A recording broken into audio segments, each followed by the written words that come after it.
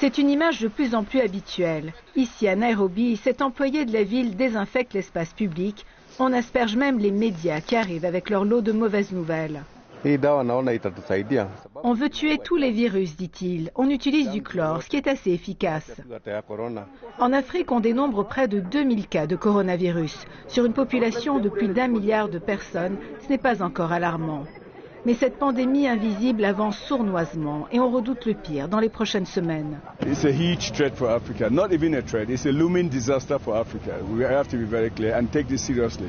C'est une grande menace, dit-il. C'est un désastre en vue. Il faut gagner cette bataille contre la Covid-19, sinon ce sera dévastateur. Car les systèmes de santé sur le continent restent fragiles et l'accès aux rares appareils respiratoires sera quasi impossible. L'Afrique du Sud, qui détient le plus grand nombre de cas, soit 402, a décrété un confinement de 3 semaines à la population. Mais pour cette vendeuse de fruits et légumes, c'est une demande impossible. Ceux qui ont des maisons peuvent s'isoler, dit-elle. Mais pour moi, cela veut dire mourir de faim ou mourir du virus.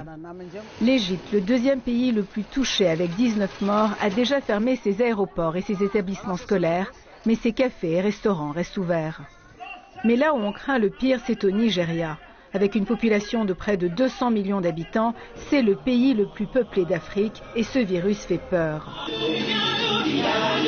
On prend des mesures préventives. Ici, on encourage les prières en ligne. Mais rien à faire, les églises restent bondées. On prie le bon Dieu pour qu'il éradique ce virus de la planète.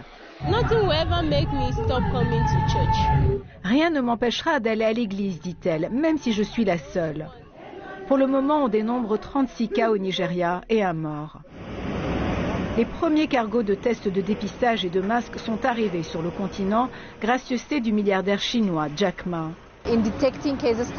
Il faut contenir la pandémie, dit-elle, et pour cela, il faut la détecter rapidement. La ligne aérienne Ethiopian Airlines délivrera dans chaque pays 20 000 trousses de dépistage, 100 000 masques ainsi que des combinaisons de protection à usage médical.